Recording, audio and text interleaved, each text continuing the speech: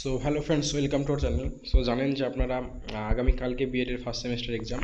তো এক্ষেত্রে কিন্তু কী ধরনের কী পড়াশোনা করবো সে বিষয়ে ম্যাক্সিমাম স্টুডেন্ট কিন্তু একটু কৌতূহলে রয়েছে এবং সাজেশান খুঁজছে। তো সেই তোমাদের উপকারের জন্য আর কি আজকে বিএডের ফার্স্ট সেমিস্টারের কোর্স ওয়ানের ফার্স্ট হাফ, সেকেন্ড হাফের ভিডিও এই চ্যানেলে বেশ কিছু কোশ্চেন দেওয়া রয়েছে যেগুলো আসার মতো।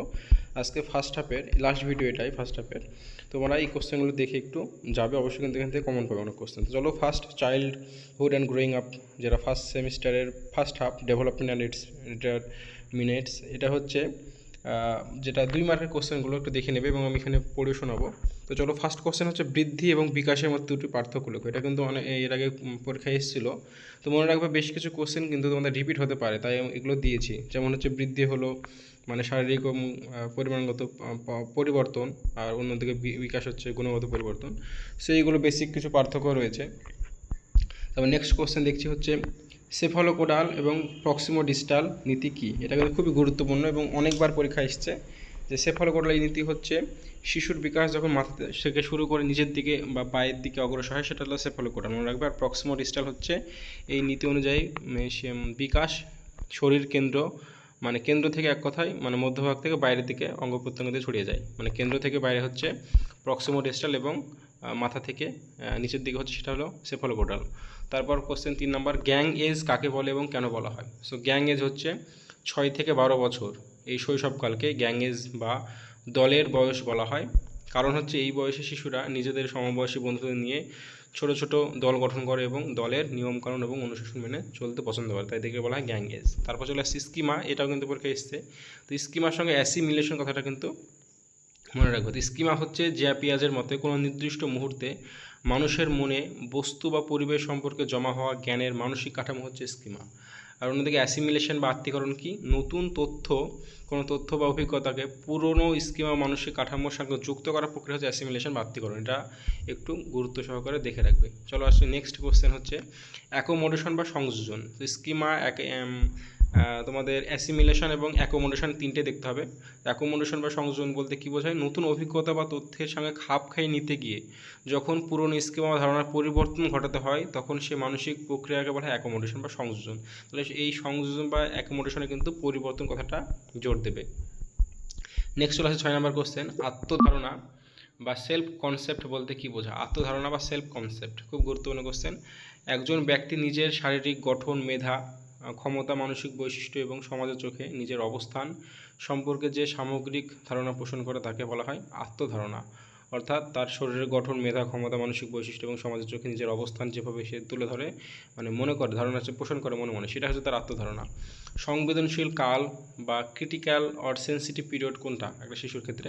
তো মানব বিকাশের নির্দিষ্ট কিছু সময় বা পর্যায়ে থাকে যখন পরিবেশগত উদ্দীপনা বা অভিজ্ঞতার প্রভাব শিশুর উপর সবচেয়ে বেশি পড়ে এবং কিছু নির্দিষ্ট দক্ষতা যেমন ভাষা শিক্ষা অর্জন করা খুব সহজ হয়, একে সংবেদনশীল কাল বলা হয়। তাহলে যেই পর্যায়ে কিন্তু পরিবেশ উদ্দীপনা অভিজ্ঞতার প্রভাব শিশুর মধ্যে সবচেয়ে বেশি পড়ে এবং নির্দিষ্ট কিছু দক্ষতা মানে অর্জন করা খুব সহজ হয়, তখন হচ্ছে তার সংবেদনশীল কাল। তারপর হচ্ছে বংশগতি পরিবেশের মধ্যে সম্পর্ক কী। মানুষের ব্যক্তিসত্তা বা সামগ্রিক বিকাশ হলো বংশগতি, আর পরিবেশের গুণফল হচ্ছে যেটা বংশগতি শিশুর সম্ভাবনা বীজ রোপণ করে, আর পরিবেশ সেই সম্ভাবনা বিকাশ ঘটায়। এ হচ্ছে সম্পর্ক, সে মানুষের ব্যক্তিসত্তার সামগ্রিক বিকাশ হলো বংশগতি এবং পরিবেশের গুণফল, আর বংশগতি কী হচ্ছে শিশুর সম্ভাবনা বীজ রোপণ করার, পরিবেশ সেটাকে সম্ভাবনাকে মানে বিকাশ করে, এই হচ্ছে ব্যাপার, এরা সম্পর্ক। তারপরে চলে আসছি পরের কোশ্চেনে, যে প্রাক শৈশব বা প্রারম্ভিক শৈশবকালে দুটি বৈশিষ্ট্য লেখো। প্রাক শৈশব মানে শৈশবে যেটা আগে, প্রায় আমরা শৈশবকালে দুটো ভাগে ভাগ করি, প্রাক এবং উত্তর। তো প্রাক হচ্ছে এই বয়সে শিশুরা কী করে না, তো এখানে হচ্ছে অনুকরণ প্রিয়তা, মানে হচ্ছে ছেলেরা বড়দের অনুকরণ করে, বড়দের কথা বা আচরণ অনুকরণ করতে শেখে, আর খেলার মাধ্যমে শিক্ষা। এটা কল্পনা প্রবণ খেলাধুলার মাধ্যমে নিজেদের ভাব প্রকাশ করে এবং চারপাশের জগৎকে শেখে। প্রক্ষোভ বা আবেগ বলতে কী বোঝায়।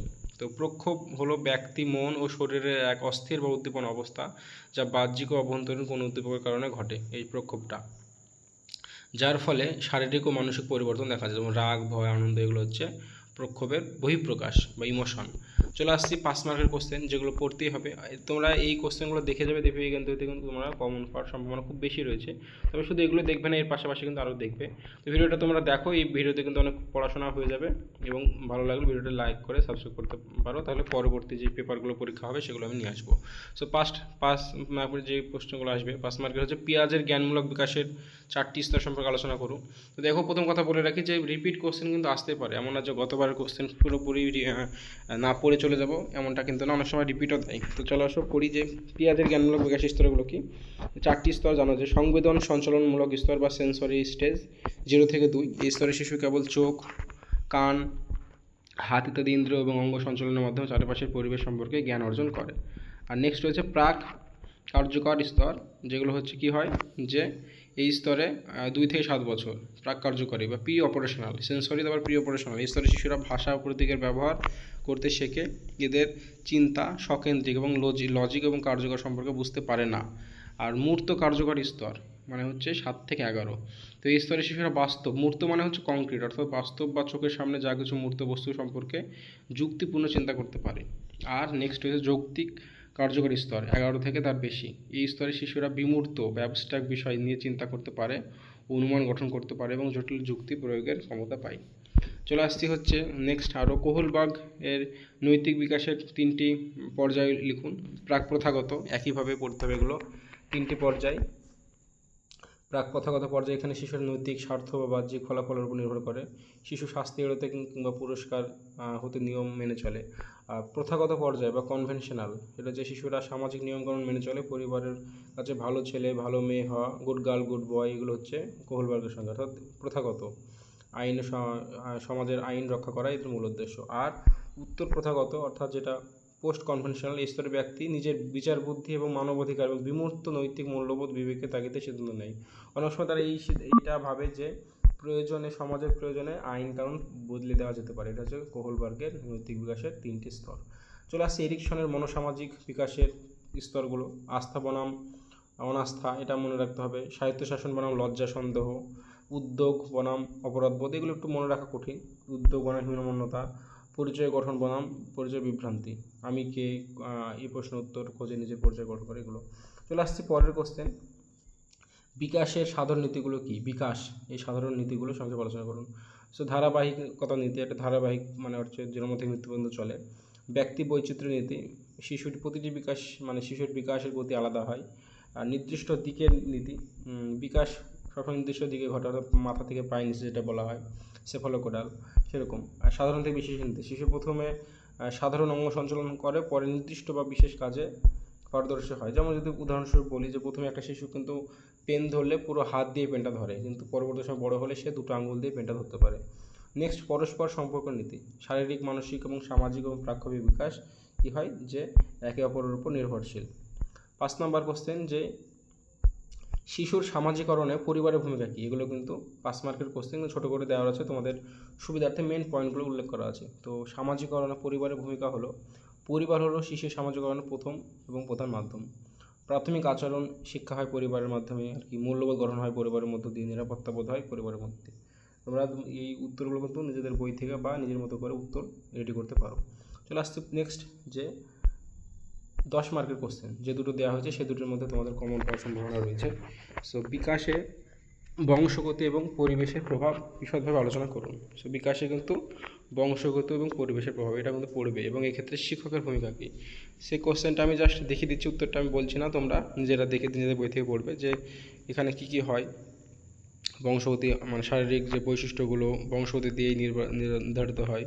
আবার অনেক সময় যে বিকাশে পরিবেশের ভূমিকা রয়েছে, যেমন সামাজিক মানসিক বিকাশ, পুষ্টি, স্বাস্থ্য, কাল, শিক্ষার সুযোগ, বংশগতি, পরিবেশের মিথস্ক্রিয়া। এবার কেউ মিথস্ক্রিয়া কেমন একসঙ্গে হয়, যেমন বংশগত যদি বীজের মতো হয় তবে পরিবেশ হলো আলো, মাটি এবং জলের মতন। বীজ ভালো হলেও উপযুক্ত পরিবেশ না পেলে গাছ সুন্দর হতে পারে না, আবার পরিবেশ ভালো হলেও বীজ খারাপ হলে কাঙ্ক্ষিত ফল পাওয়া যায় না। তো দুটোর মিথস্ক্রিয়া কিন্তু একটা শিশুর ভবিষ্যৎ গড়ে ওঠে। শিক্ষকের ভূমিকা কী, তো ব্যক্তি বৈচিত্র্যকে শ্রদ্ধা জানানো, মানে ক্লাসে প্রতিটি শিক্ষার্থীর বংশগত পরিবেশের পটভূমি আলাদা, শিক্ষককে এই পার্থক্য বুঝে শিক্ষা দিতে হবে, এটা হচ্ছে শিক্ষকের মূল মানে ভূমিকা। ইতিবাচক পরিবেশ সৃষ্টি করতে হবে, আর সামাজিক বৈষম্য দূর করতে হবে শিক্ষক। নেক্সট কোশ্চেন দিয়েছি আমি, এই দুটো কোশ্চেনই দিয়েছি 10 মার্কের। এটা হচ্ছে বয়ঃসন্ধি কালকে কেন ঝড়ঝঞ্ঝা বা উত্তেজনার কাল বলা হয়। এই সময় শিক্ষার্থীদের সঠিক পথে চালিত করতে শিক্ষক পিতামাতার ভূমিকা আলোচনা করুন। সো বয়ঃসন্ধি কালকে কেন ঝড়ঝঞ্ঝার কাল বলা হয়, স্ট্যানলি হল বলেছিলেন এটা, যে এই সময়ে অনেক রকম ভিতরে চলে, তারা বিভিন্ন ডিসিশন নেয়, বিভিন্ন কাজ করে, এগুলোকে হচ্ছে বয়ঃসন্ধিকালে ঝড়ঝঞ্ঝার কাল বলা হচ্ছে। 12 থেকে 18 বা 19 বছর পর্যন্ত। কারণ হচ্ছে দ্রুত শারীরিক এবং হরমোনজনিত পরিবর্তন হয় এই বয়সে। প্রাক্ষবিক তীব্রতা হয়, রাগ ভালোবাসা এগুলো বেশি হয়। পরিচয় সংকট হয়। কিশোররা নিজেদের না পারে, সে শিশু বলতে না পারে প্রাপ্তবয়স্ক হিসেবে দাবি করতে, ফলে আমি কে এই নিয়ে গভীর মানসিক দ্বন্দ্ব তৈরি হয়। স্বাধীনতার প্রবৃত্তি বিদ্রোহ হয়, নিজেদের মধ্যে মানে সিদ্ধান্ত নিতে চায় যেগুলো অভিভাবক মানে মেনে নেন, তখন কী হয়, অভিভাবকের সঙ্গে সংঘাত হয়। শিক্ষক এবং পিতামাতার সম্পর্ক, পিতামাতার যে ভূমিকা, এক্ষেত্রে কী করবে শিক্ষক ও পিতামাতা, যে বন্ধু ভাবাপন্ন দৃষ্টিভঙ্গি একটা গড়ে তুলবে। সঠিক এবং যৌন শিক্ষা দিতে হবে। এখানে শারীরিক ও মানসিক পরিবর্তনগুলো সম্পর্কে বৈজ্ঞানিক সঠিক তথ্য প্রদান করে, যাতে তারা ভুল ধারণা বা কুসংস্কার না ভোগে। আবেগের ইতিবাচক প্রকাশ এবং তাদের অর্থাৎ যেগুলো মন চায়, খেলাধুলা, ছবি আঁকা, এগুলোতে বা অনেক রকম যেগুলো সেবামূলক কাজ, সেখানে কিন্তু তাদেরকে নিয়োজিত করতে হবে। আর ক্যারিয়ার এবং জীবনের নির্দেশনা, এই সময় সঠিক নির্দেশনা ও কাউন্সেলিং দেওয়া অত্যন্ত জরুরি, যেন পথভ্রষ্ট না হয়। সো এই ছিল একটা কমপ্লিট আমাদের সেট, যেখানে একটু 2-3টে করে কমন কোশ্চেন মানে আসার সম্ভাবনা খুব বেশি। তোমরা এই সেটটা পুরো দেখে যাবে এবং বই থেকে কিন্তু লাস্ট মুহূর্তে তোমরা যতটা পারো পড়ে যাও, এবং এখানে একটাই উপায় তোমাদের, যে কোনো রকম কোশ্চেন ফাঁকা দেবে না। এটা অনেক স্যাররাই বলে এবং আমিও বলছি, কোনো রকম কোশ্চেন ফাঁকা দেবে না, যতটা পারবে লিখে নেবে। সো এরকম ভিডিও পেতে গেলে অবশ্যই চ্যানেল সাবস্ক্রাইব করে রাখো। পরবর্তী পেপারগুলো ভিডিও কিন্তু আমি অবশ্যই নিয়ে আসবো। Thank you.